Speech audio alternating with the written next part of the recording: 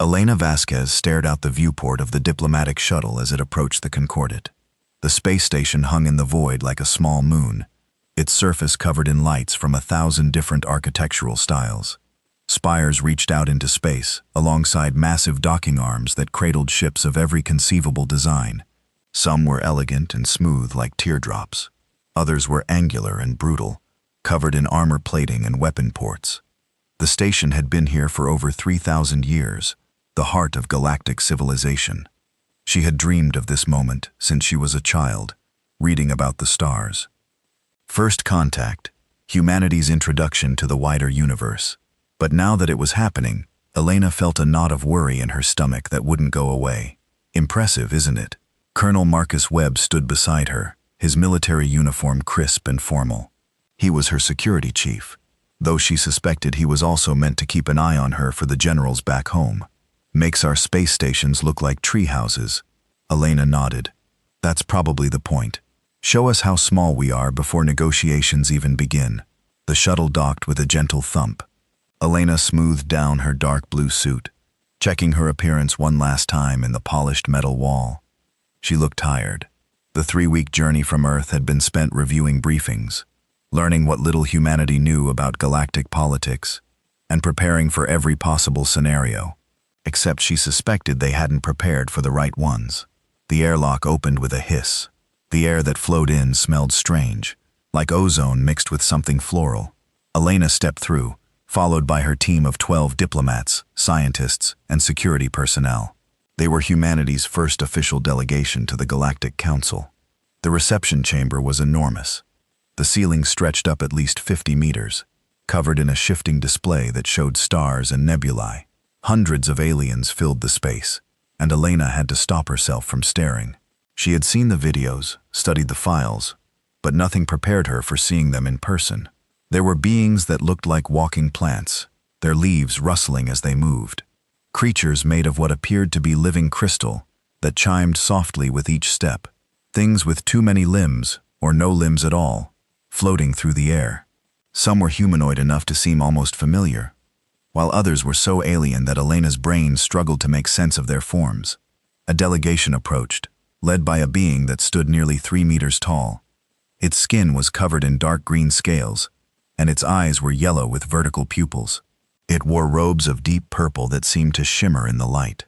This was High Arbiter Zexor, leader of the Galactic Council. Elena had memorized his file during the journey. Ambassador Vasquez of Earth. Zexor's voice came from a translator device that floated near his head. The translation was smooth, but carried a hint of a hiss underneath. Welcome to the Concord. You are the first of your species to stand in these halls. Elena bowed slightly as her briefings had suggested. High Arbiter, on behalf of Earth and all humanity, I thank you for receiving us. It is our duty to welcome all species who reach the stars. Zexor gestured with a clawed hand. Come. The council has assembled to meet you. They walked through corridors that seemed to shift and change. The walls showed scenes from 1,000 different worlds.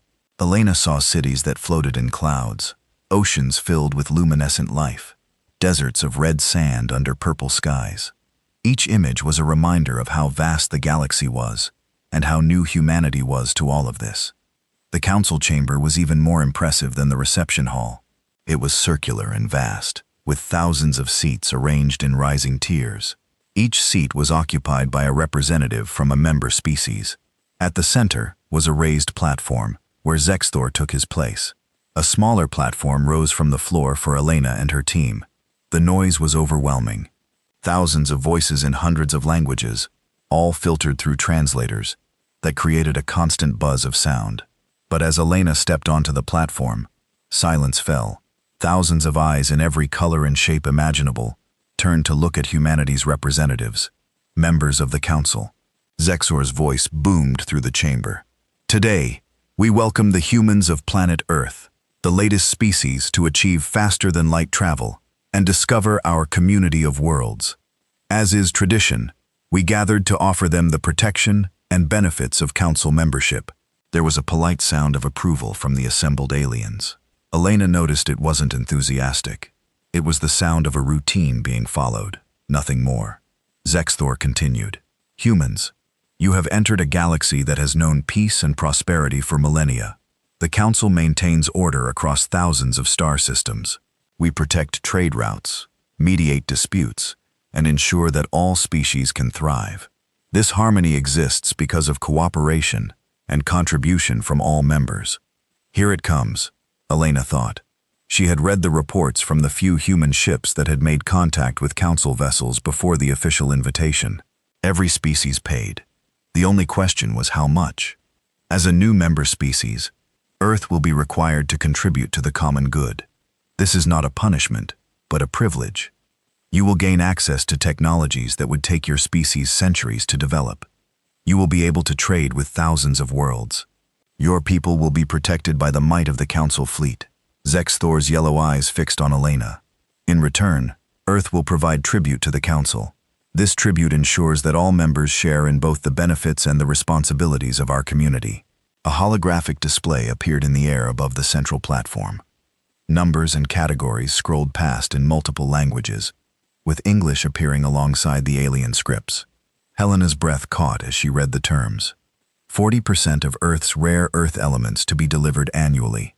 Full access to all human artificial intelligence and quantum computing technology, including source codes and research data. And the part that made her stomach turn, 100,000 human soldiers to serve in Council military operations for a minimum term of 10 years, with rotations continuing indefinitely. Colonel Webb made a small sound beside her. She glanced at him and saw his jaw clenched tight.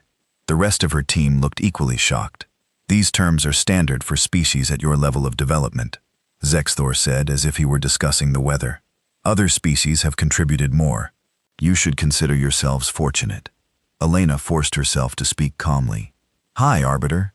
These terms represent a significant portion of Earth's resources and population. May I ask what happens if we need time to consider them? A ripple of sound moved through the chamber. It might have been laughter. Zexthor spread his hands in what might have been a gesture of generosity. Of course, we are not unreasonable. You may have 48 of your Earth hours to consult with your government. But understand, Ambassador Vasquez, these terms are not subject to negotiation. They have been calculated based on your world's capacity and the standard requirements for new members. And if we refuse? The question came from Colonel Webb before Elena could stop him. The chamber went completely silent. Zexthor's eyes narrowed. Refusal is not a concept we encounter often. Colonel species who choose not to join the Council find themselves isolated. No access to galactic trade. No access to jump gate networks. No protection from pirates or hostile forces. Some have chosen this path. Most have changed their minds within a generation when they see what they're missing. He leaned forward slightly, and some have required corrective action when they became a danger to themselves or others. I trust Earth will be wiser than that. The threat was clear, even wrapped in diplomatic language. Submit or face the consequences. Elena bowed again, her mind racing. We appreciate the Council's generosity and giving us time to respond. With your permission, we will return to our ship and begin consultations with Earth immediately. Granted, Zexthor waved a hand in dismissal. Return here in 48 hours with your answer. I look forward to welcoming Earth as a full member of the galactic community. The platform lowered, and Elena led her team back through the corridors. No one spoke until they were safely back in the shuttle, and the airlock had sealed behind them. 40% of our rare Earths, one of the economic advisors, Dr. Sarah Chen, looked pale. That would our technology sector. We need those elements for everything from phones to fusion reactors, and 100,000 soldiers. Webb's voice was tight with anger to fight in their wars for 10 years minimum. That's not membership. That's subjugation. Elena sat heavily in her seat as the shuttle detached from the Concorded and began the journey back to their ship, the Uns Endeavor, which waited at the edge of the system. That's exactly what it is. I saw their faces in there. They weren't negotiating. They were dictating terms to primitives who should be grateful for the attention. So what do we do? Dr. Chen asked. We can't agree to this. But if we refuse, then we need to find out exactly what corrective action means, Elena said. She looked at Webb. Colonel, I need you to pull every piece of intelligence we have on Council military capabilities. I want to know what we're really facing if this goes bad. Webb nodded. Already planned to. From what I've seen, their technology is definitely more advanced than ours. But there's something that's been bothering me. What? The way they carry themselves. Did you notice? They move like people who've never been in a real fight. Their security forces had weapons, but they wore them like decorations. I've seen parade soldiers with more tactical awareness. Elena thought about it. He was right. For all their power and technology, the aliens in the Concorded had seemed almost casual about security. How long has it been since the Council fought a real war? According to the briefing files, over 800 years, said Lieutenant Yuki Tanaka, their intelligence officer. There have been minor incidents, pirate actions, and a few enforcement operations against non-compliant species, but nothing that could be called a peer-level conflict. 800 years of peace, Elena murmured. That's remarkable. Or it means they're complacent. Webb said, an army that hasn't fought in 8 centuries might look impressive, but would it hold up against an opponent who actually fights back? Dr. Chen looked between them, her eyes widening. You're not actually suggesting we refuse, are you? They have thousands of species, millions of ships. We have one world. Elena stared out at the stars as they began to accelerate away from the station. Earth was 3 weeks away at faster-than-light speeds. 3 weeks to decide the future of humanity. Submit and become subjects of the Council, or refuse and face the consequences. But there was a third option, one that was forming in her mind as she thought about Zexor's casual arrogance, the complacent security, the 800-year peace. What if the Council had forgotten what it meant to face an enemy that refused to surrender? Humanity had never known true peace. Every generation had fought wars from sticks and stones to nuclear weapons and beyond. Humans were very, very good at fighting. It was practically all they had ever done. We're going to present both options to Earth leadership, Elena said finally. Complete submission or complete refusal. But we're also going to present a full analysis of what refusal would actually mean. Not just economic isolation, but the real possibility of military action. And we're going to make sure they understand what that would entail. You think Earth will fight? Tanaka asked quietly. Elena thought about human history, the countless wars, the empires that had risen and fallen, the revolutions and resistances. She thought about the nuclear standoffs, the guerrilla campaigns, the last stands that became legend. Humanity had a long history of looking at overwhelming force and choosing to fight. Anyway, I think humanity has never been very good at bowing, she said, and I don't think we're going to start now. The shuttle docked with the Endeavour 30 minutes later. Elena immediately called for a full briefing of all department heads. They gathered in the conference room, which suddenly seemed very small and cramped compared to the vast halls of the Concordate. For 6 hours, they analyzed the situation from every angle: economic impact, technological gaps, military capabilities, diplomatic options. The more they discussed, the clearer the picture became. The Council's terms weren't just demanding. They were designed to keep humanity dependent and weak. The technology they offered would come with restrictions. The protection they promised would come with obligations, and the tribute would ensure Earth never had the resources to become truly independent. It's a system designed to maintain the status quo. Dr. Chen concluded, the founding species of the Council hold all the real power. Everyone else pays tribute and follows orders. New species are locked into the system from the moment they join. How many species have refused over the years? Elena asked. Tanaka pulled up data on her tablet. Records are incomplete, but at least 17 species attempted to refuse Council membership in the last 1,000 years. 5 eventually capitulated and joined. 7 were classified as isolated and haven't been heard from since. 5 faced Council military action and were forcibly integrated after their governments were replaced. The room fell silent. The Council's peace was built on submission. Those who wouldn't submit disappeared or were crushed. There's one more thing, Webb said. He brought up a star map showing Earth's region of space. We're not in a strategically important area. No major trade routes nearby. No resource-rich systems that the Council desperately needs. If we refuse and they decide to punish us, they'd have to commit significant forces across a long supply line to a region they don't really care about.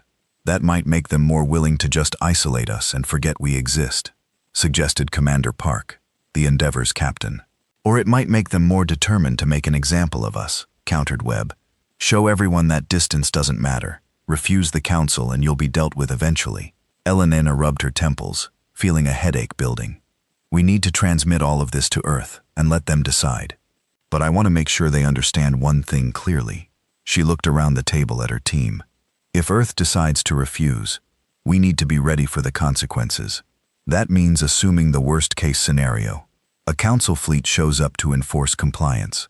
What would that battle actually look like? Webb smiled grimly. Now, that's a question I can answer.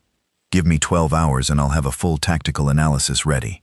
But I can tell you right now, if the council expects us to roll over like everyone else has for the last 800 years, they're in for one hell of a surprise. Elena nodded. Get me that analysis, Colonel, and make it detailed. If we're going to recommend that Earth says no to the most powerful organization in the galaxy, we'd better be damn sure we can back up that decision. As the meeting broke up and the team scattered to their duties, Elena returned to her quarters. She sat at her small desk and began composing her report to Earth. Her fingers hesitated over the keyboard as she tried to find the right words to describe what had happened at the Concordant. Finally, she began to type. She described the meeting, the terms, the casual arrogance of the council. She explained the trap that council membership represented, how it was designed to keep Earth weak and dependent forever. She outlined the risks of refusal and the possible consequences. And then she wrote something that surprised even herself. Recommendation: Earth should refuse the council's terms. Not because we can win a military confrontation, but because submission now means submission forever. The council has forgotten what it means to face an opponent who fights back. They've grown complacent in their power. If we submit now, we'll never get another chance at independence. If we refuse, we might lose. But we'll lose on our feet, not on our knees. And there's a chance, however small, that we can show the council that humanity is not like the species they've dominated before. She read over the words and knew they might be viewed as reckless, even insane. But they felt right. Humanity hadn't come to the stars just to become subjects of an alien empire. They had come to take their place as equals. Elena sent the report with full encryption, and then lay back on her bunk. In 48 hours, she would return to the Concordant with Earth's answer. She had no idea what that answer would be. But deep in her gut, she knew what she hoped it would be. The same answer humanity had given tyrants throughout history. The same answer that defined what it meant to be human. No. The emergency session of the United Nations Security Council had been going for 6 hours straight. Elena watched from her seat via quantum-entangled video link as representatives from every major nation on Earth argued about humanity's response to the Galactic Council. The debate had grown heated more than once, and she was grateful to be 40 light-years away from the shouting. We cannot risk military confrontation with a civilization thousands of years more advanced than us. The Chinese representative, Ambassador Wu, was making his case again. The logical choice is to accept their terms and work within the system to improve our position over time. Improve our position? The American Secretary of State, James Bradley, shot back, with 40% of our rare earths going to them every year, with our best AI and quantum tech handed over. By the time we improve our position, we'll be so dependent on council technology that we'll never be able to break free.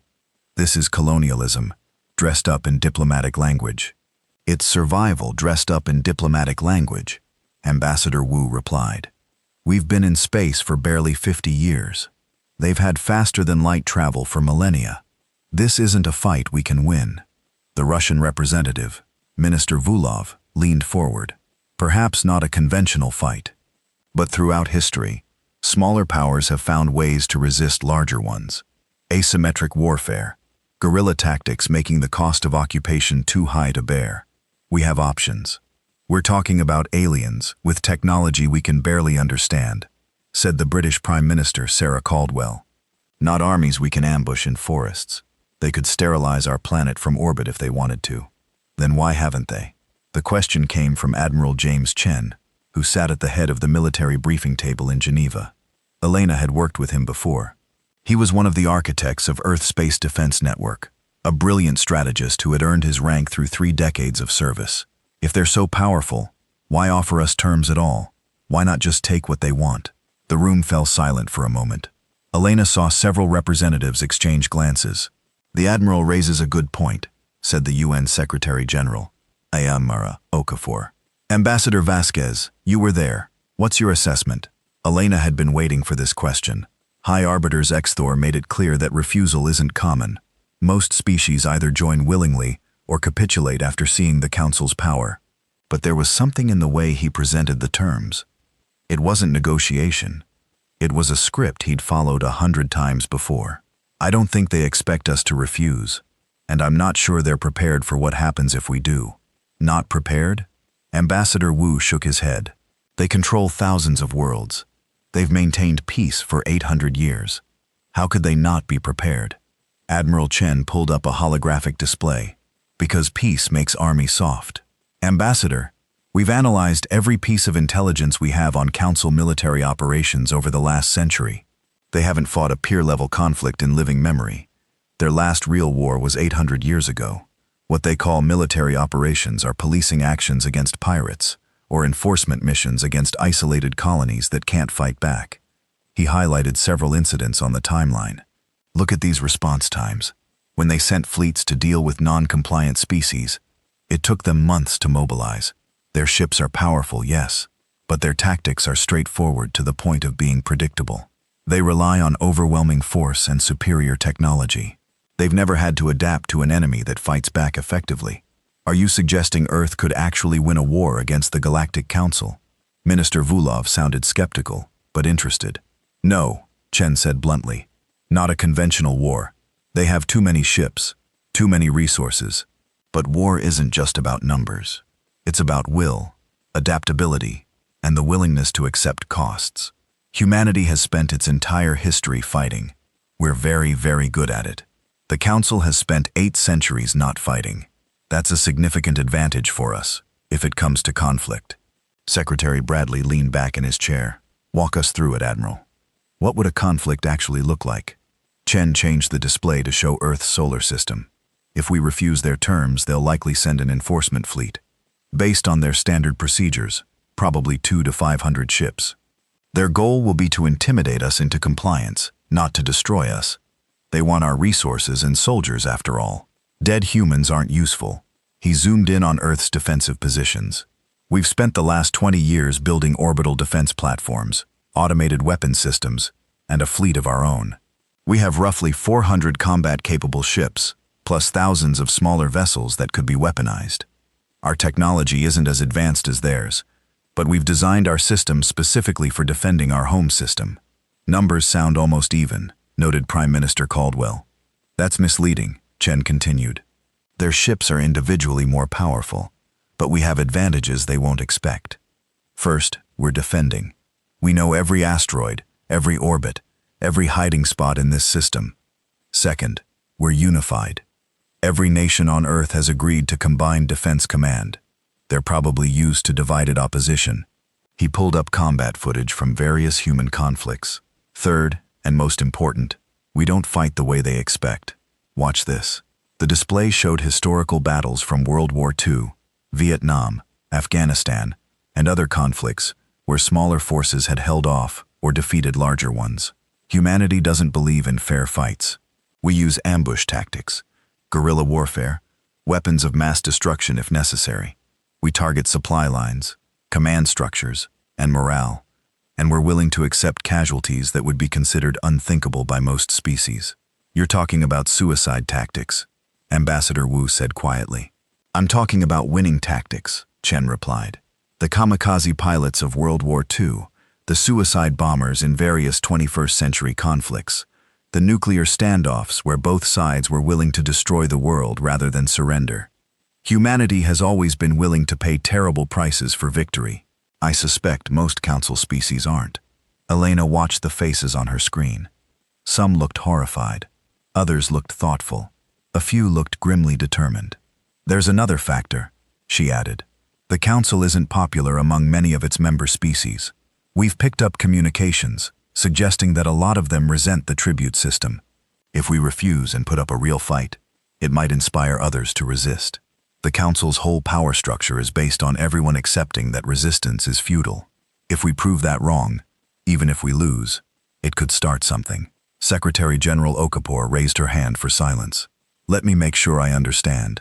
You're recommending that humanity refuse the Council's terms, knowing it will likely lead to military conflict, a conflict we probably can't win in conventional terms, but hoping that we can make resistance costly enough that the Council backs down, or that we inspire other species to rebel. Yes, Elena said simply. That's insane, Ambassador Wu said. That's human, Admiral Chen replied. The debate continued for another 2 hours. Arguments flew back and forth about duty, survival, legacy, and what humanity's first action on the galactic stage should be. Should they be pragmatic and submit, or defiant and resist? Finally, Secretary General Okafor called for a vote. Not a binding one, but a sense of where the international community stood. The question was simple: accept or refuse the Council's terms. The votes came in one by one. It was closer than Elena expected. Some nations voted to accept, citing the risks of confrontation, but slowly, the count tipped the other way. The United States voted to refuse. Russia voted to refuse. The European Union voted to refuse. India, Brazil, Japan, and dozens of other nations followed.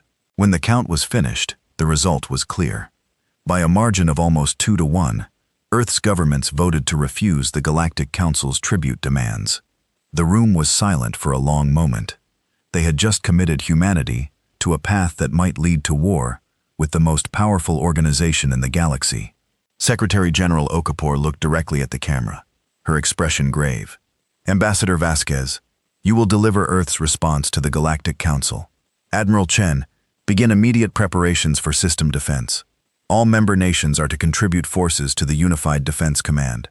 We may have just declared war on the galaxy, so let's make sure we're ready for it. The session ended, and Elena sat alone in her quarters on the Endeavor. In 12 hours, she would return to the Concordant with Earth's answer. An answer that would shock the Council and possibly change everything. Colonel Webb knocked on her door, permission to enter. Come in, Marcus. He sat down across from her, holding a data pad. I finished the tactical analysis you requested. If it comes to a fight, we have a decent chance of winning the first battle. After that, it gets much harder. Show me. Webb pulled up detailed projections. The Council will send what they think is an overwhelming force, probably around 300 ships. They'll expect us to take one look and surrender. Instead, we'll have pre-positioned nuclear mines along their most likely approach vectors. We hit them hard right at the start. Take out maybe 50 ships before they can react. He zoomed in on Earth's orbital space. Then we pull back to our defensive platforms, force them to come to us into range of our ground-based weapons. They'll have better shields and weapons, but we'll have numbers in position. Most importantly, we'll have supplies. They won't be expecting us to fight this hard. Casualties? Elena asked. Webb's expression darkened. High. We'll lose a lot of ships, and probably some platforms. If they decide to bombard population centers, we could lose millions. But if we can make them bleed, if we can make them doubt whether this is worth the cost, they might withdraw and rethink their approach. And if they don't withdraw, then we keep fighting until we can't anymore. But Elena, there's something else. I've been analyzing the Council's member species, their history, their cultures. A lot of them have been part of the Council for so long that they've forgotten what it means to be independent. They've never known anything but the tribute system. What are you saying? I'm saying that if we stand up to the Council and survive, even if we don't win, it might inspire others to question the system. The Council's power is based on the belief that resistance is impossible. If we prove that belief wrong, the whole thing might start to crack. Elena thought about that. Humanity's defiance might be about more than just Earth's freedom. It might be about showing the entire galaxy that the Council system wasn't inevitable. That species didn't have to accept subjugation. There's no going back from this, she said quietly. No, Webb agreed. But going forward is what humans do. We've never been good at accepting our place. We always want to see what's over the next hill, what's beyond the next horizon, even if it gets us killed. Elena smiled slightly. Especially if it gets us killed. They sat in silence for a while, watching Earth slowly rotate on the view screen. From this distance, it looked peaceful, beautiful. No signs of the frantic preparations happening across every continent as military forces mobilized and defense systems came online. Do you think we can win? Webb asked. I think we can make them regret picking this fight, Elena replied. Whether that counts as winning, I guess we'll find out. The next 12 hours passed in a blur of preparation. Elena reviewed her speech dozens of times. The message had to be clear, unambiguous, and strong. No room for the Council to think humanity was bluffing or could be persuaded to change their minds.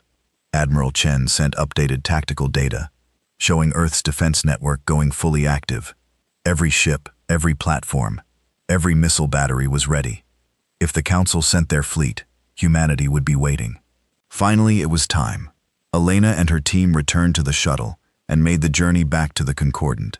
As they approached the massive station, Elena felt a strange calm settle over her. The decision was made. Now came the execution. They docked and made their way back to the council chamber. It was even more crowded than before.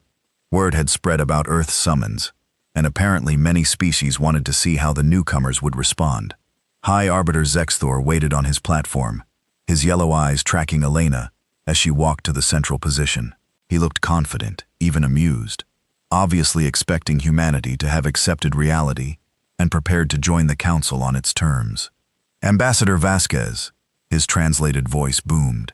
Welcome back. I trust Earth has had sufficient time to consider the council's generous offer. What answer do you bring us?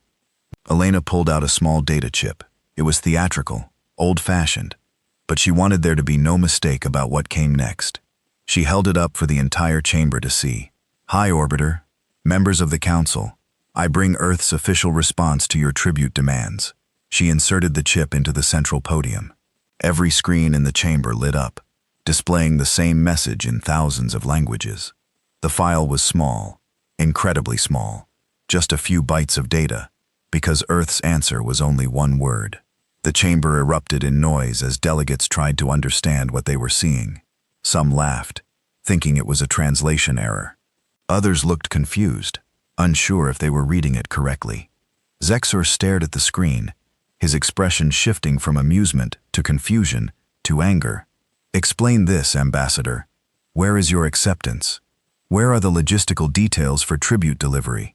What is this? Elena stood straight, her voice clear and strong. That is our complete response to your demands, High Arbiter.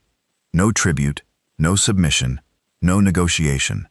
Earth appreciates the introduction to galactic society, but we will not bow to threats or accept subjugation disguised as protection. The words still glowed on every screen in the chamber.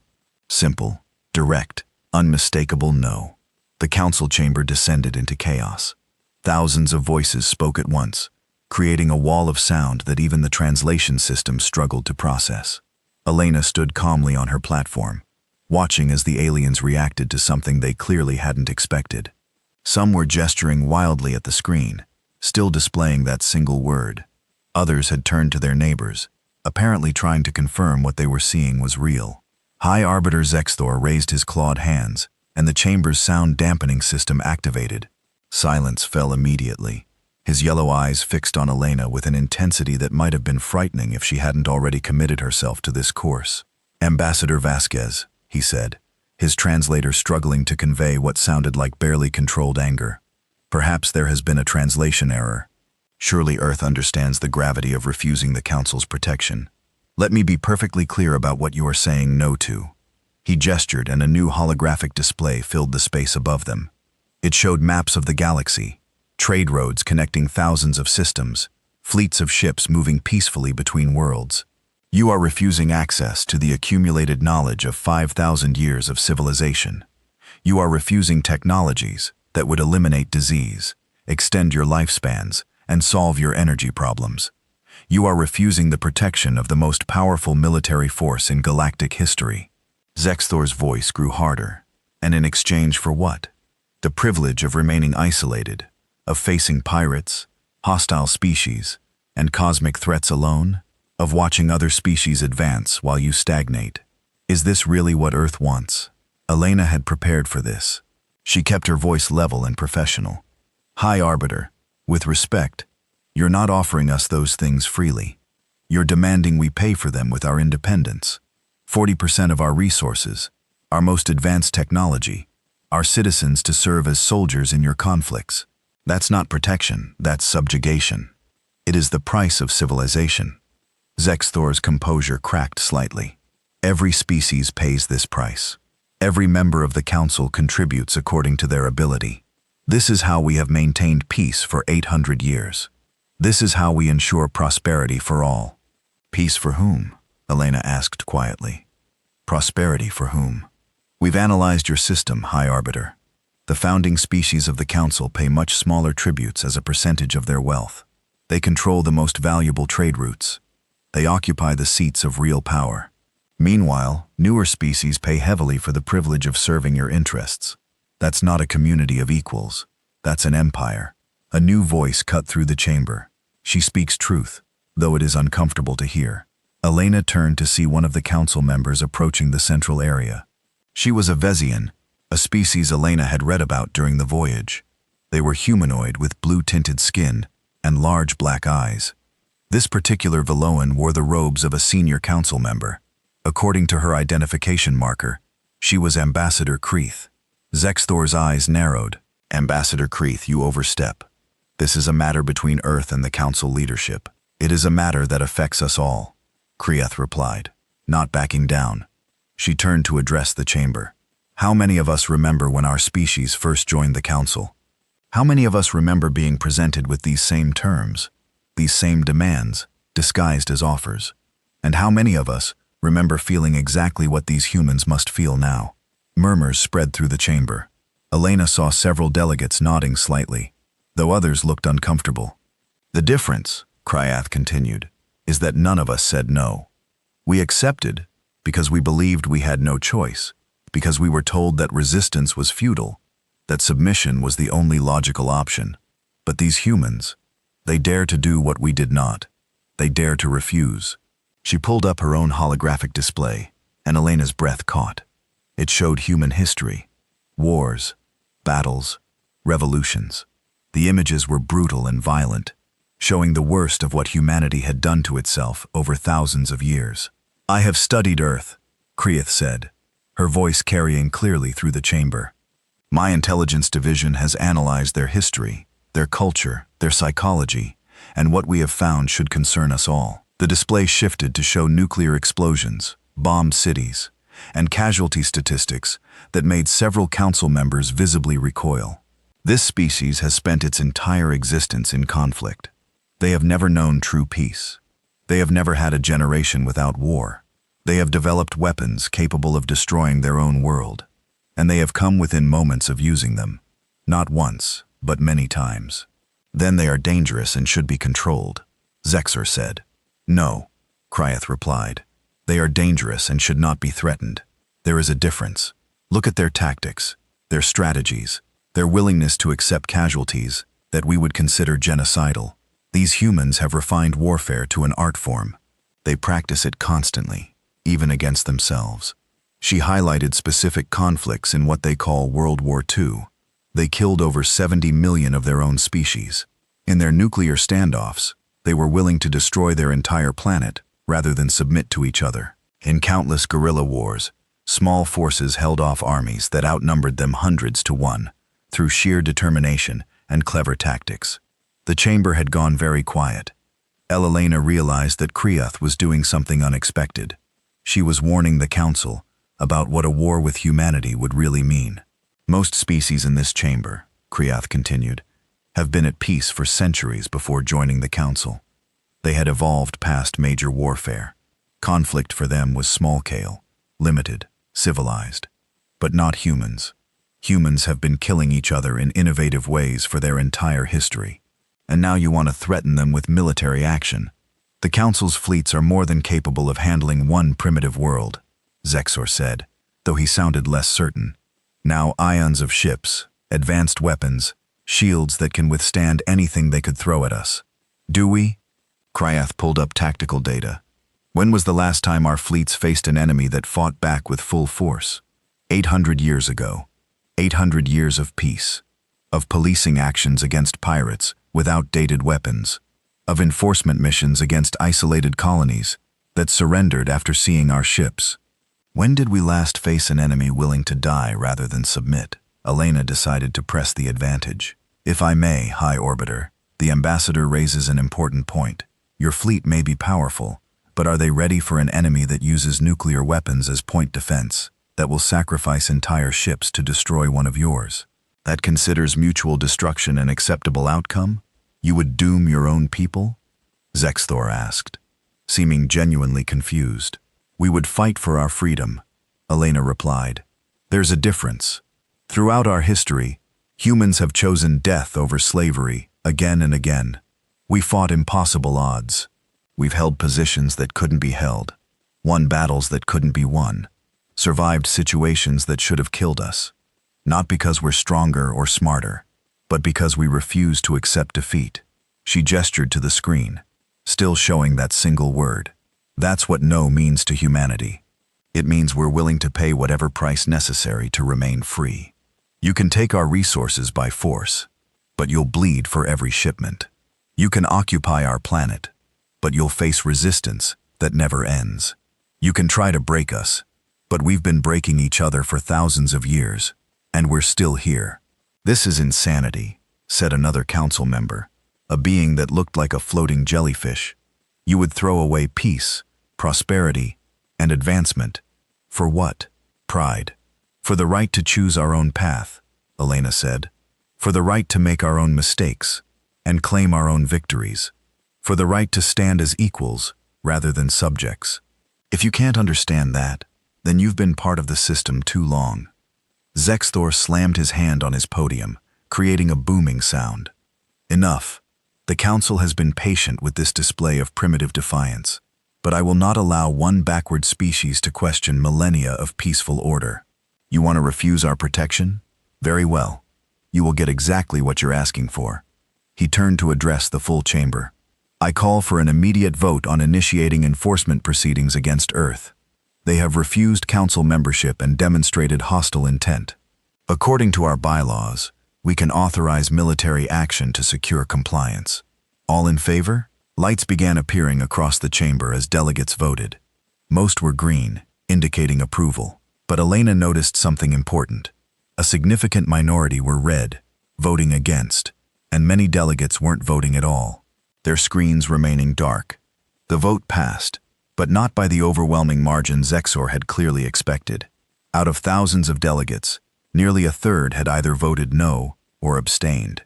That was remarkable for a council that was supposed to be unified. The measure passes, Zexthor announced. Fleet Admiral Thun will assemble an enforcement fleet and proceed to the Earth system. They will be given one final chance to comply. If they refuse, they will be subdued by force, and their government replaced with one more amendable to reason. He looked down at Elena with something that might have been pity. Ambassador Vasquez, you and your delegation will be held here on the Concorded for your own safety during the enforcement action.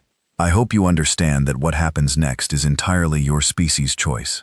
Submit peacefully, and Earth will be welcomed into the Council. Resist, and you will be teaching your children a very painful lesson about the price of pride. Elena had expected this. I'm afraid I must decline your hospitality, High Arbiter. My place is with my people. If the Council sends a fleet to attack Earth, then Earth's ambassador should be there to witness it. That is unacceptable. You will remain here. With respect, High Arbiter, I am not a member of the Council, and therefore not subject to your authority. My ship is prepared to depart immediately. If you try to prevent me from leaving, it will be an act of war against a diplomatic mission. I'm sure even the Council has laws about that. Zexthor's eyes narrowed, but he didn't argue. Apparently, even in his anger, he wasn't willing to violate the basic principles of diplomatic immunity.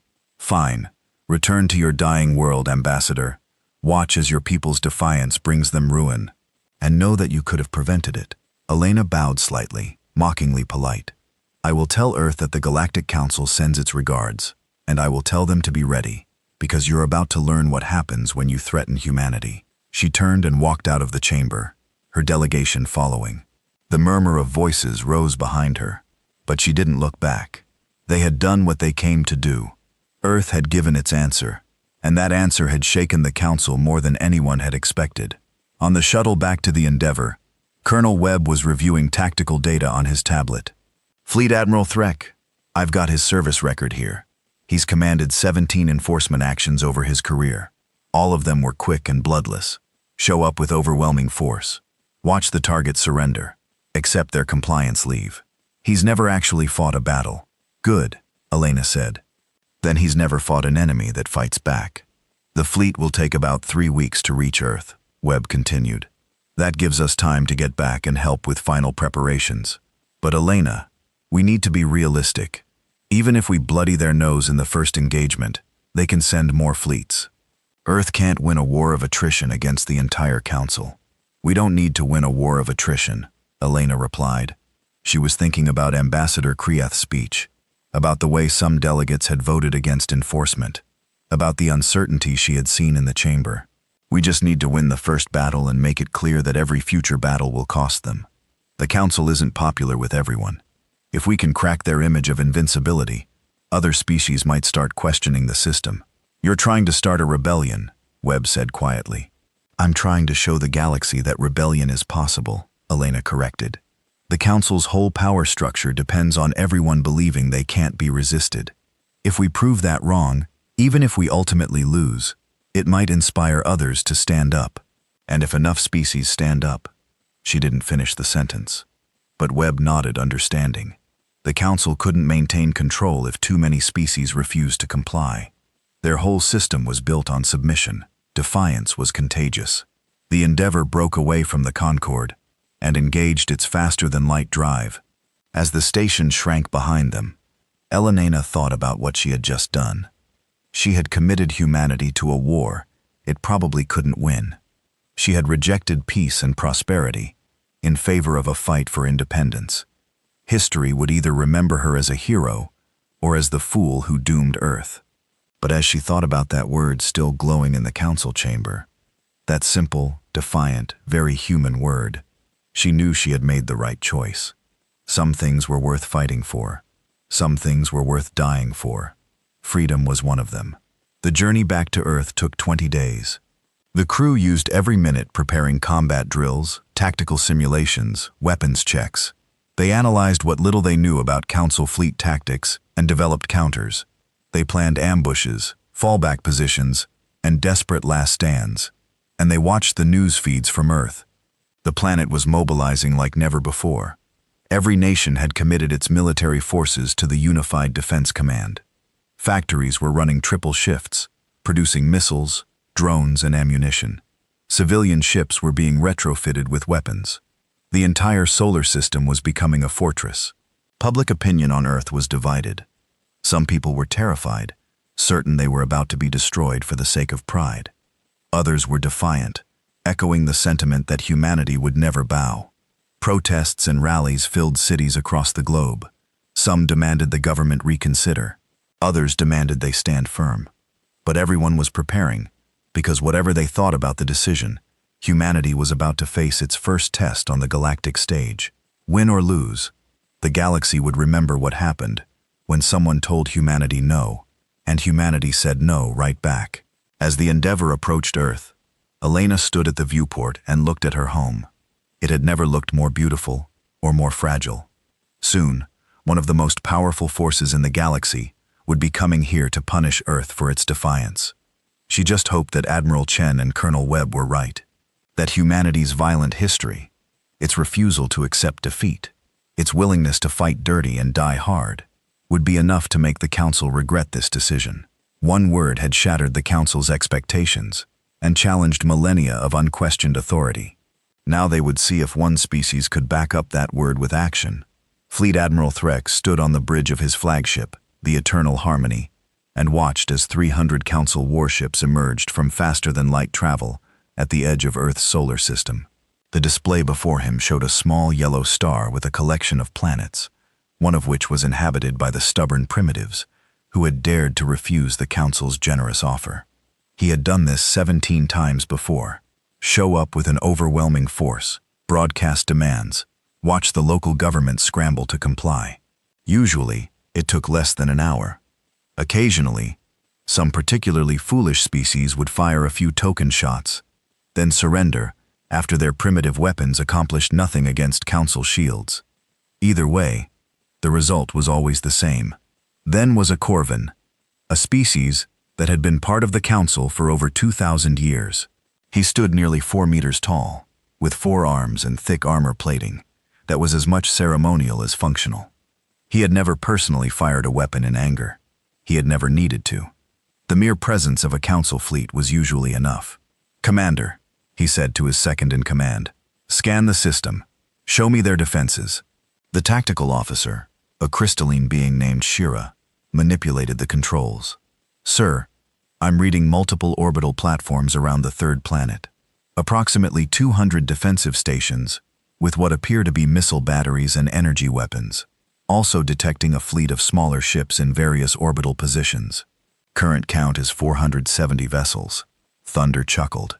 470 ships against our 300. They don't understand the difference in capabilities. Our shields alone could withstand anything they can produce. What about their technology level? Primitive by our standards, sir. They only achieved faster than light travel 47 years ago. Their energy weapons appear to be early-stage plasma or laser systems. Their ships are small, mostly under 500 meters in length. Our capital ships are 3 times that size, with exponentially greater firepower. Then this will be over quickly. Then settled into his command chair. "Open a communication channel to Earth. Let's give them one last chance to see reason." The channel opened, and after a moment, a human face appeared on the screen. It was a male, older, with gray hair, and wearing what appeared to be a military uniform. The human looked tired, but determined. "This is Admiral James Chen, of the United Earth Space Defense Force. You're in our system without permission. State your intentions." Threk found the human's tone amusing, as if they were equals. "I am Fleet Admiral Threk of the Galactic Council. We are here to enforce compliance with Council membership requirements. Your ambassador, Vasquez, refused our generous terms. We are here to show you the consequences of that refusal and offer you one final opportunity to submit peacefully." Chen's expression didn't change. "Then I'm afraid you've wasted your time, Admiral. Earth's answer remains the same. We will not submit to your tribute demands. We will not surrender our independence. Leave our system immediately, or face the consequences." Thunray laughed. Several of his bridge crew joined him. "Consequences? You have primitive ships and outdated weapons facing the might of the Galactic Council. What consequences could you possibly pose to us?" The human admiral smiled, and something about that smile made Thunray's amusement fade slightly. It was the smile of someone who knew something you didn't. "You're about to find out," Chen said. "I'll give you the same chance you gave us. Turn your fleet around and leave. This is your only warning." "You dare?" Three stood from his chair. "You face 300 warships, each capable of leveling a city. Surrender now, or we will destroy your defensive platforms and occupy your planet." "This is not a negotiation." "No," Chen agreed. "It's not communications. Send the signal." The transmission cut off. Toon stared at the blank screen for a moment, then turned to his tactical officer. "Foolish primitives. All ships advance to weapons range. Prepare to disable their platforms. Try not to kill too many. We'll need some of them alive to operate their industries once we take control." The Council fleet began moving forward in perfect formation. 300 ships, their shields glowing with power, their weapons priming. It was a sight that had made civilizations surrender for centuries. Then space exploded. Multiple nuclear detonations. Shira screamed, "Sir, the space ahead of us is filling with radiation and debris," then grabbed his chair for support as the Eternal Harmony shields flared, absorbing energy from what appeared to be dozens of nuclear weapons detonating simultaneously. The view screen showed space ahead, turning white with nuclear fire. "How did they mine our approach vector?" Thun demanded. "We only just arrived." "They must have seeded the area with devices, after choosing the most likely approach path," Shira replied, her crystalline form flickering with stress colors. "Sir, damage reports coming in. The shields are holding, but several ships in the vanguard took damage. The Serene Dawn reports shield failure and hull breaches. The Peaceful Resolution has lost engine power. 2 ships damaged from primitive nuclear weapons." Then couldn't believe it. How is that possible? "The explosions weren't meant to destroy us directly," his science officer called out. "They're creating a debris field and radiation interference. Our sensors are compromised. And sir, I'm reading massive energy buildups from the orbital platforms around Earth. The human defenses opened fire. Thousands of missiles streaked out from the platforms, far more than the initial scans had suggested. The Council fleet's point defense systems engaged, destroying the incoming projectiles. But there were so many of them. Some are getting through, Shira reported. Multiple impacts across the fleet. Shields holding but taking damage. Sir, these aren't normal missiles. Some of them are accelerating to near relativistic speeds. If they impact at those velocities, even our shields might not. The Eternal Harmony shook violently as something hit its forward shield at an appreciable fraction of light speed. Alarms blared across the bridge. Shield at 60%? Shira called out. Sir, recommend we fall back and reassess. Fall back. Three's pride wared with tactical sense. We outnumber them. We have superior technology. We will not retreat from primitives. But the humans weren't fighting like primitives. As the Council fleet pushed forward, human ships emerged from behind asteroids, from orbital positions that the sensors had missed, even from inside the debris field created by their own nuclear mines. They swarmed like insects. Dozens of small ships, targeting individual Council vessels. They're using kamikaze tactics, someone on the bridge shouted. 3 human ships just rammed the rising tide. Her shields couldn't handle the kinetic impact. She's breaking apart, then watched in horror as the Council ship, a beautiful vessel that had served for 300 years, was torn apart by the sacrifice of 3 primitive human vessels that had accelerated to maximum speed and simply crashed into it. The humans had turned their own ships into weapons. All ships tight formation, Tunrek ordered. Concentrate point defense. Don't let them get close. But the humans adapted. Their AI-controlled drones swarmed in first, drawing fire from the point defense systems.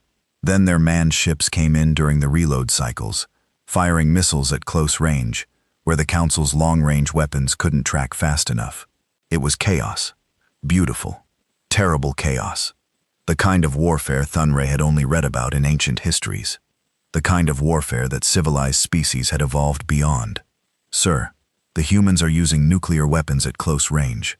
Shira's voice was panicked now. They're detonating them near their own ships.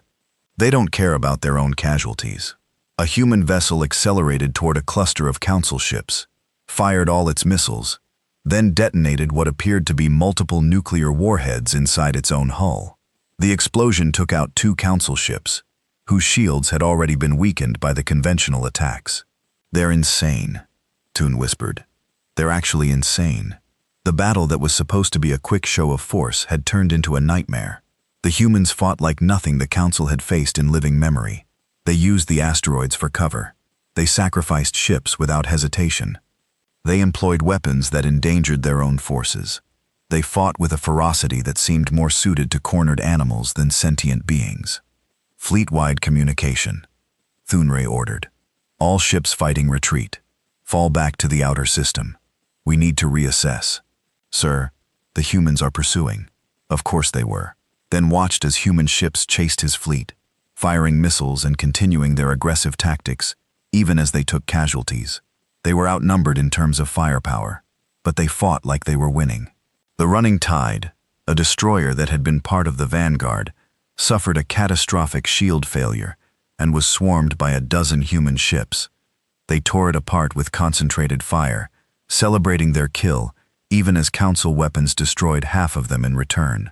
Casualty report, Tun said quietly, as the fleet finally managed to pull back beyond immediate weapons range. Shira's voice shook as she read the numbers. 7 ships destroyed or disabled, another 30 with significant damage. We've lost approximately 15% of our fleet strength in less than 3 hours of engagement. 15% against primitives, against a species that had barely reached the stars. It was impossible. It was humiliating. It was terrifying. What about the humans? Their casualties are higher. Approximately 120 ships destroyed. But sir, they seem to consider this acceptable. They're reforming their formations, and their defensive platforms are still fully operational. Then slumped in his chair. He had been so certain this would be simple. Show up, make threats, watch them surrender. Instead, he had lost nearly 50 ships, and the humans were still fighting. Open a channel to the Council, he said. Finally, we need reinforcements. The transmission took several minutes to reach the Concorde due to the distance. When High Orbiter Zexthor appeared on the screen, he looked confident. Clearly, he had been expecting news of a quick victory. Admiral Thunray report. Has Earth surrendered? No, High Orbiter, they have not. We have engaged in combat and encountered unexpectedly fierce resistance. I am requesting additional fleets to complete the pacification. Zexthor's expression shifted from confidence to confusion to anger. You have 300 ships. How can a single primitive world resist the might of the Council fleet? They fight like nothing we have faced before, Thun tried to explain. They use suicide tactics. They mine space with nuclear weapons. They sacrifice their own forces without hesitation to destroy ours. They don't fight to win, High Arbiter. They fight to kill as many of us as possible, regardless of cost to themselves. There was a long silence. Finally, Zexthor spoke. How many ships have you lost? 47 destroyed, 30 damaged. Another silence. Thunray could see the High Orbiter processing this information, trying to reconcile it with his expectations. Fall back, Zexthor said finally. Maintain position at the edge of their system, but do not engage further. I need to consult with the Council leadership. This situation has become more complicated than anticipated. The transmission ended. Tunrek looked around his bridge at his shaken crew. They were the pride of the Council, trained in the finest enemies, equipped with technology that made them superior to nearly every species in the galaxy, and they had just been bloodied by humans using primitive ships and pure aggression. Sir, Shira said quietly, the humans are broadcasting a message. Audio only. Play it. Admiral Chen's voice filled the bridge. Fleet Admiral Threk, this is your second warning. Leave our system now. You came here to show us the consequences of defiance. Instead, we've shown you the cost of threatening humanity. We didn't want this fight, but since you brought it to us, we're going to finish it. Come closer, and we'll destroy more of your ships. Try to bombard our planet, and we'll turn this entire system into your graveyard. This is what happens when you pick a fight with humans. We don't surrender. We don't negotiate. We fight until you leave, or until one of us is dead. Your choice. The message ended. Then sat in the command chair and tried to think of what to do next. He had been trained in tactics, strategy, and command, but he had never been trained for this. No one in the Council had been trained for this, because no one in the Council had fought a real war in 800 years. They had forgotten what it meant to face an enemy that refused to quit. An enemy that measured victory not by territories gained or objectives achieved, but by how much damage they could inflict before they fell. An enemy that had spent their entire history perfecting the art of killing. The humans had grown up in a galaxy of one world, where the only enemies were other humans. So they had learned to fight humans, and humans Fionn was beginning to realize were very, very good at war. Looking at the casualty reports at the images of destroyed Council ships at the human defensive platform, still standing and ready for another round, Fionray understood something that the Council leadership needed to learn quickly. Earth had said no, and Earth was willing to make that no stick, no matter what it cost. On the bridge of the Unsis Endeavor, now in high orbit above Earth, Elena Vasquez watched the tactical display, showing the Council fleet pulling back. Beside her, Admiral Chen allowed himself a small smile. They weren't expecting that, he said. No, Elena agreed. They were expecting us to fold. They've never faced a species that fights back with everything it has. But now they know this isn't over, Chen warned. They'll regroup, call for reinforcements, come back with a larger fleet. I know, Elena said, but we've bought time. And more importantly, we've shown them that humans don't break easily. The word will spread across the Council. The species that said no, the species that made the Council bleed, that message is going to reach a lot of ears. You think it will make a difference? Elena thought about Ambassador Kriath, about the delegates who had voted against enforcement, about all the species paying tribute to maintain a system that enriched the Council's founders. I think we've planted a seed, she said. Whether it grows into something that changes the galaxy, we'll have to wait and see. But at least now other species know that resistance is possible. The Council isn't invincible. They can be hurt. They can be stopped. She looked down at Earth, at the planet that had just fought off the most powerful force in the known galaxy. The planet that had refused to bow. "We said no," Elena whispered. "And we meant it." The emergency session of the Galactic Council had been running for 6 hours, and High Arbiter Zexor could feel his authority crumbling with every passing minute. The council chamber, usually a place of orderly debate and predictable outcomes, had descended into something he had never witnessed in his 200 years of service. Open rebellion. 47 ships. Ambassador Kryath's voice rang out across the chamber. 47 council vessels destroyed by a single primitive world that has been in space for less than 50 years. And you want to send more ships? How many more must die to maintain this charade? A chorus of voices rose in support. Not all of them, but enough to be significant. Species that had never questioned the council's decisions were now standing up and demanding answers. "The humans attacked our peacekeeping fleet," Zexor argued, though his voice carried less certainty than before. "They are the aggressors. They refused our generous terms and then murdered council personnel. They must be brought to justice." Justice. A delegate from the Theon Collective stood up, his insectoid body clicking with agitation. "We call it justice when we demand 40% of a species' resources. When we take their citizens as soldiers. When we threaten them with destruction if they refuse. What word would we use if someone did this to us? It is the system that has maintained peace for 800 years, Zexor said, falling back on the familiar argument. But it sounded hollow now, even to his own ears. Peace for whom? Another voice, this time from the Azuran delegation. My species has paid tribute for 300 years. In that time, our homeworld has grown poorer, while council founders grow richer. We are told, this is the price of protection. But protection from what? The only threat we face is from the council itself if we refuse to pay. Zexor saw the careful order he had maintained beginning to fracture. The tribute system had always worked because no one questioned it.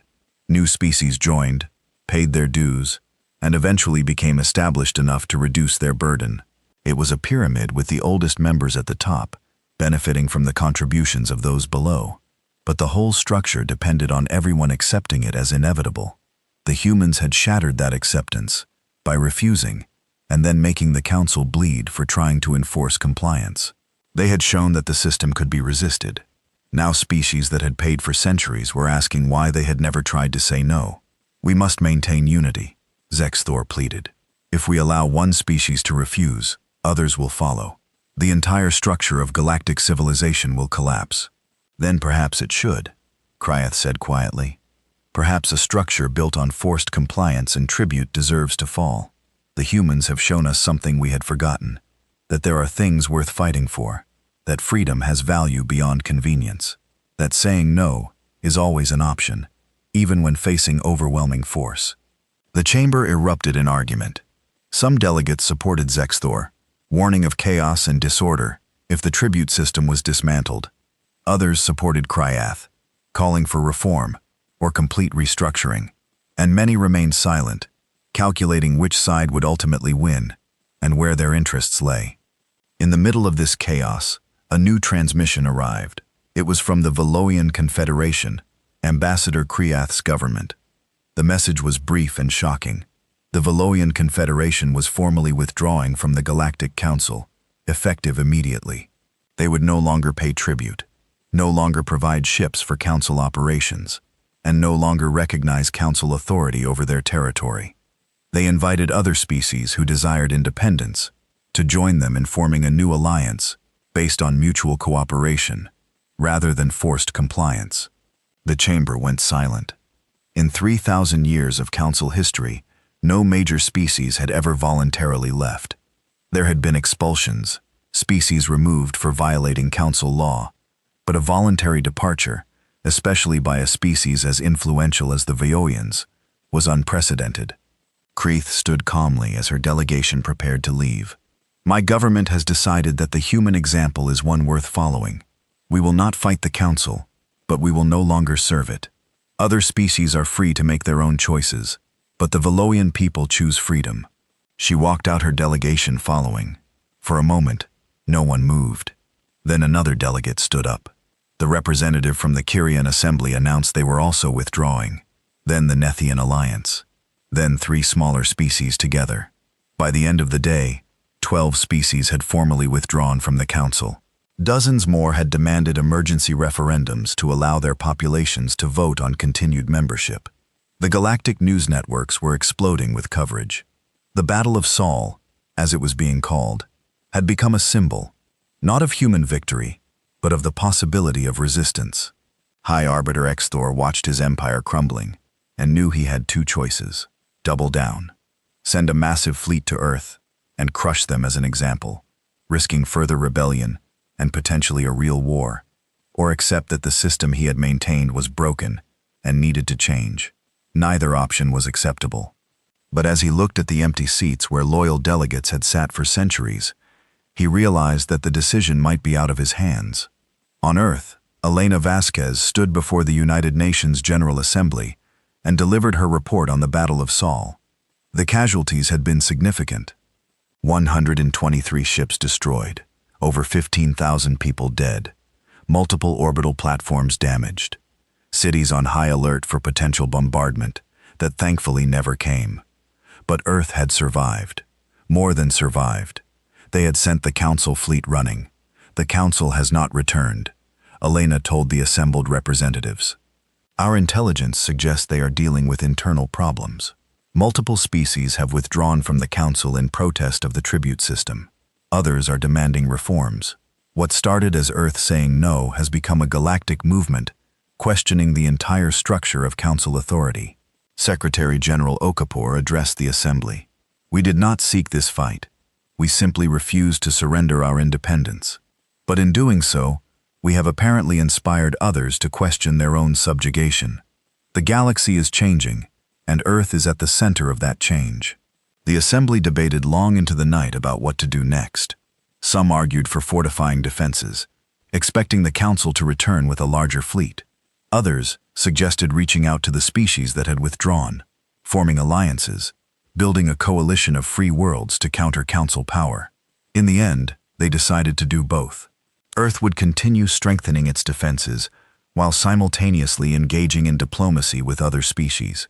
If the Council wanted war, Earth would be ready.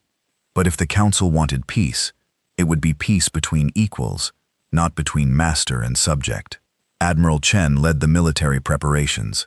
New ships were built, incorporating lessons learned from the first battle. Defensive platforms were expanded and upgraded.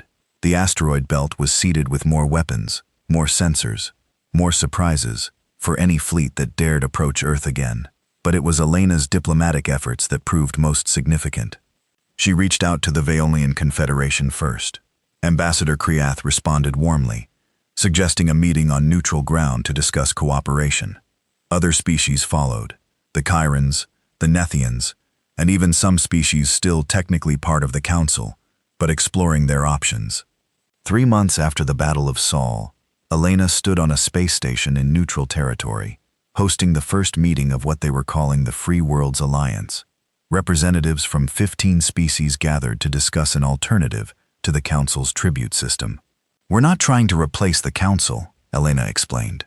We're trying to create an alternative, a framework for cooperation based on mutual benefit rather than forced compliance. Free trade, defensive alliances, shared technology, but no tribute, no forced military service, no surrender of independence. Ambassador Kriath nodded in agreement. The Council model worked when the galaxy was younger and more dangerous. But we have outgrown the need for a central authority that demands submission in exchange for protection. It is time for something new. The representatives debated for days. Some species were cautious, worried about Council retaliation.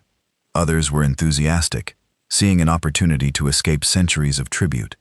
Slowly, carefully, they began drafting the foundation of what would become a new galactic order. Meanwhile, the Galactic Council was tearing itself apart. More species withdrew every week. High Arbiter Xthor tried to maintain control, but his authority was evaporating. The founding species, the ones who had benefited most from the tribute system, demanded action. Send the full might of the Council fleet to Earth, they argued. Destroy this rebellion before it spreads further. But others counseled caution. The military commanders, who had reviewed the Battle of Saul reports, were less confident than before. The humans had fought with a ferocity that suggested they would turn their entire system into a death trap before surrendering. And with multiple species now in open rebellion, committing the full fleet to Earth meant leaving other territories vulnerable. The Council was paralyzed by indecision and internal conflict. For the first time in centuries, they faced a problem that couldn't be solved by simply showing up with overwhelming force. 6 months after the Battle of Seoul, Zexor received an official communication from the Free Worlds Alliance. It was an invitation to talks, not surrender terms, not a plea for mercy, an invitation to negotiate as equals. He stared at the message for a long time. Everything in his training, his experience, his understanding of how the galaxy worked told him to refuse. The Council did not negotiate with rebels. The Council crushed opposition and maintained order. But as he looked at the status reports, showing 43 species now withdrawn from the Council, with 17 more holding referendums on membership, he realized that crushing opposition was no longer an option. The old order was dying. The only question was whether something better would replace it, or whether the galaxy would descend into chaos. Reluctantly, bitterly, Zexor accepted the invitation. The peace talks were held on the same neutral station where the Free Worlds Alliance had formed. It was deeply symbolic. The Council, which had dictated terms to countless species, now came to negotiate. Elena led the human delegation. Kriath represented the Veloian Confederation and the broader alliance. And Zexor came with a small group of Council representatives, looking older and more worn than when Elena had first met him. "You have brought chaos to the galaxy," Zathor said as the talks began. Centuries of peace and order disrupted because one species was too proud to accept their place. "We disrupted a system that was unjust," Elena replied calmly. "Peace built on subjugation isn't true peace. It's just delayed conflict. You forced species to pay tribute, to surrender their sovereignty to serve your interests. Did you really think that would last forever? It lasted 800 years, and it could have lasted 800 more if you had been willing to evolve. But you weren't. You held on to your power, your privileges, your tribute. Even as the galaxy changed, we didn't destroy the Council Arbiter. The Council destroyed itself by refusing to adapt. The negotiations were difficult. The Council representatives wanted to maintain as much of the old system as possible. The Alliance representatives demanded fundamental reforms. Elena found herself in the role of mediator, trying to find common ground between those who wanted revolution and those who feared it. Weeks passed. The talks almost collapsed several times, but slowly, painfully, a new framework began to emerge. The tribute system would be abolished for all species. No more forced payments. No more mandatory military service. The Council would transition from a hierarchical empire to a true confederation of equals. Species could choose their level of involvement from full membership, with voting rights, to simple trading partnerships with no political obligations. The most difficult issue was enforcement. How would the new system maintain order without the threat of overwhelming force? Through cooperation and mutual interest, Kriath proposed. Instead of forcing compliance, we offer benefits that make cooperation attractive. Free access to trade networks, shared technology development, collective defense against genuine threats. Species join because they want to, not because they're afraid not to. And if species choose conflict, Zexor asked, if they attack others, if they threaten peace, how do we respond without central authority? "We defend ourselves and our allies," Elena said. "But we don't conquer, we don't occupy. We don't impose our system on others. We show them that cooperation works better than domination. And if they still choose violence, then they face the combined response of free species working together, not subjects following orders." It was a radical shift from everything the Council had been. But as the talks continued, even some of the Council representatives began to see the wisdom in it. The old system was broken. Something new had to replace it. 3 months after the talks began, they reached an agreement. The Galactic Council would be dissolved. In its place would be the Galactic Confederation, an alliance of free and equal species. The founding members included the old Council core species, the Free Worlds Alliance, and dozens of species who had been waiting to see which way the wind blew. High Arbiter Zexthor resigned his position. He had been the face of the old order, and the new one needed new leadership. The first election for Confederation president was held, and to many people's surprise, Ambassador Kreeth won in a landslide. She had stood up to the council, spoken truth to power, and helped craft the new system. She represented the future. At her inauguration, Kreeth gave a speech that was broadcast across the galaxy. Today marks the end of 800 years of enforced peace and the beginning of something better. True peace built on cooperation rather than fear. The humans taught us a lesson we needed to learn. That freedom matters. That dignity matters. That some things are worth fighting for. She looked directly at the cameras, at the billions of beings watching across thousands of worlds. One species said no. One word changed everything. Let us build a galaxy where every species has the right to say no and the right to say yes. Where we stand together not because we must, but because we choose to. The transition wasn't easy. Some species that had grown dependent on the tribute system struggled initially. Pirates and raiders, no longer kept in check by overwhelming council force, became bolder. There were conflicts, disputes, and growing pains. But slowly, the new system stabilized. Species found that cooperation brought more benefits than tribute had. Trade flourished as barriers fell. Technology advanced as species shared knowledge freely instead of hoarding it. And when genuine threats appeared, the Confederation's voluntary defense forces proved surprisingly effective, motivated by protecting their homes rather than following orders. Earth became a symbol of the new era, the world that had said no and meant it, the species that had shown the galaxy that resistance was possible. Human ships traveled across the Confederation, welcomed now as equals rather than viewed as primitives. Elena Vasquez retired from active diplomacy, but remained an advisor to the Earth government. She watched with satisfaction as humanity took its place among the stars, not as subjects but as partners. One day, 5 years after the Battle of Sol, she received a visitor at her home in Geneva. It was Zexor, the former High Arbiter, looked smaller somehow, less imposing than he had in the council chamber.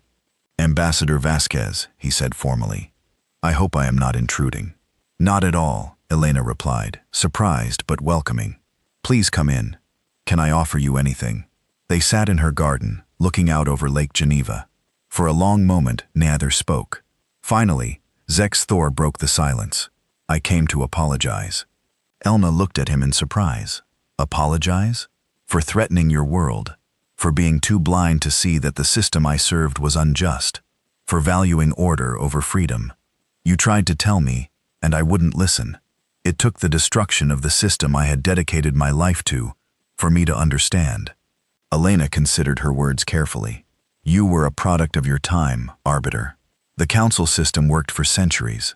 It brought peace, stability, prosperity for many. It's not that it was entirely wrong. It's that it had outlived its usefulness and needed to change. But it took your species with your violent history and stubborn defiance to force that change. Do you know what troubles me most?" Zexthor looked at her with his yellow eyes, and she saw sadness in them. It wasn't that humans said no. Many species probably wanted to say no over the centuries. It was that you meant it. You were willing to die for it. And we, the civilized galaxy, had become so comfortable, so complacent, that we couldn't understand that kind of conviction anymore. "Maybe that's the real lesson," Elena said. "Civilization shouldn't make you soft. It shouldn't make you forget what principles are worth defending. The galaxy needed someone to remind it that freedom matters, even if that someone was a species that had barely reached the stars." Zexthor nodded slowly. "Your species frightens many in the Confederation. You are so young, so aggressive, so willing to fight. But I think that's exactly what we needed. A reminder that peace without the will to defend it is just surrender in slow motion." He stood to leave, then paused. "That word you transmitted. That single word that shattered the council. Do you know how many species have adopted it as a symbol? How many worlds now display it as a reminder that they are free?" Elena smiled. "No, the word isn't about humans. It's about the idea that everyone, every species, every individual has the right to refuse what's unjust, to stand up for what they believe in, to fight if necessary for their freedom. We just happened to be the first ones to say it out loud in a very long time. After Zexthor left, Elena sat in her garden and thought about everything that had happened. One word, one simple, defiant, very human word, had changed the entire galaxy. Not because it was profound or eloquent, but because it represented a truth the galaxy had forgotten. That submission is always a choice. That resistance is always possible. That freedom is worth fighting for. Her communicator chimed. It was Admiral Chen, now retired like her. Elena, are you watching the news? No. Why? The Confederation just opened a new academy for joint military training. They're teaching tactics, strategy, asymmetric warfare. They're calling it the Soul Academy. They want humanity to teach the galaxy how to fight. Elena laughed. From threats of destruction to request for military training. That's quite a change. They learned the lesson. A civilization that can't defend itself will eventually be conquered by external enemies or internal corruption. And humans, for better or worse, are very good at teaching people how to fight. Let's hope they also learn when not to fight, Elena said. That's the harder lesson. She ended the call and looked up at the stars. Earth had come to those stars, expecting to find wonders and new friends. Instead, they had found an empire that demanded submission, and by refusing that submission, they had helped birth something better. The galaxy was far from perfect. There were still conflicts, still problems, still species that struggled with the transition from the old order to the new. But it was better. It was freer. It gave every species the chance to determine their own destiny. All because humanity had looked at the most powerful organization in the galaxy and said one word, no. Elena smiled and whispered to herself, and we meant it. Across the galaxy, on thousands of worlds, the story of Earth's defiance had become legend. Children grew up hearing about the species that said no. Artists created works celebrating the Battle of Saul. Historians analyzed how one word had shattered centuries of established order. But for Elena, for Admiral Chen, for all the humans who had lived through those tense months when war seemed inevitable, it wasn't legend. It was a choice they had made, a choice that could have doomed their world, but instead had freed a galaxy. The story of humanity's entry onto the galactic stage would be told for generations. How they achieved faster than light travel and reached the stars with hope and wonder. How they met the Galactic Council and were offered subjugation disguised as membership. How they answered with a single word that echoed across the galaxy. And how that word changed everything. In the end, it wasn't about humanity being special or superior. It was about the power of conviction, about standing for something even when it would be easier to bow, about remembering that freedom is never given, only taken, and must be defended. The humans hadn't just joined the galactic community, they had transformed it. They had reminded civilizations that had grown comfortable and complacent what their ancestors once knew, that liberty is precious, that independence is worth fighting for, that sometimes the right answer to tyranny, no matter how powerful or how ancient, is simply and completely no.